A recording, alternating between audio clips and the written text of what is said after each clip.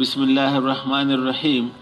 I am Dr. Mohibullah Wazir, and the topic is the inferior surface of the cerebrum. The inferior surface of the cerebrum, it consists of the inferior surface of the frontal lobe and inferior surface of the temporal, which becomes continuous with the inferior surface of the occipital lobe. On the inferior surface of the frontal lobe, you look over here, one big gyrus, which is called as gyrus rectus on both sides. Later to the gyrus rectus, there is a sulcus in which lies the olfactory bulb and olfactory tract, and this sulcus is olfactory sulcus. Later to the olfactory sulcus, the inferior surface is slightly concave and it lies upon the convex roof of the orbit, and it is having many sulci and gyri. These are the orbital sulci and gyri. The same you look over here, please.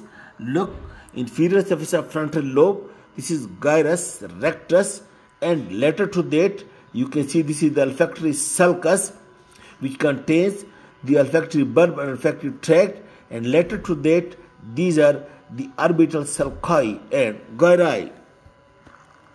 And then the inferior surface of the temporal lobe become continuous with the inferior surface of the occipital lobe, and this inferior surface is in contact with the tentorium cerebelli, and over here between the cerebellum and this inferior surface lies the tentorium cerebelli and separate the two structures from one another, and it makes an oblique surface.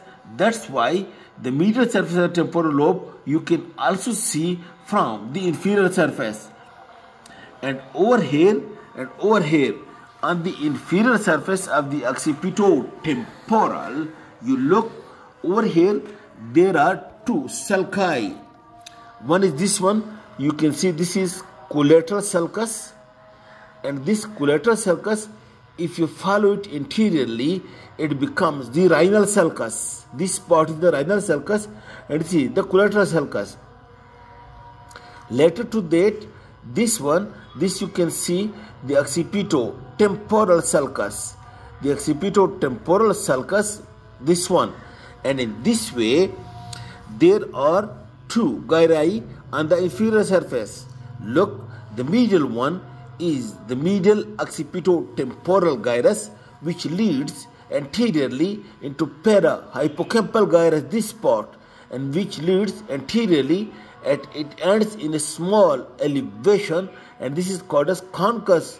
In this way, medial to the collateral and rhinal sulcus is the uncus, and then the para-hippocampal gyrus, and then the medial occipitotemporal gyrus. And later to that, and medial to the occipitotemporal gyrus, there is the lateral occipitotemporal gyrus.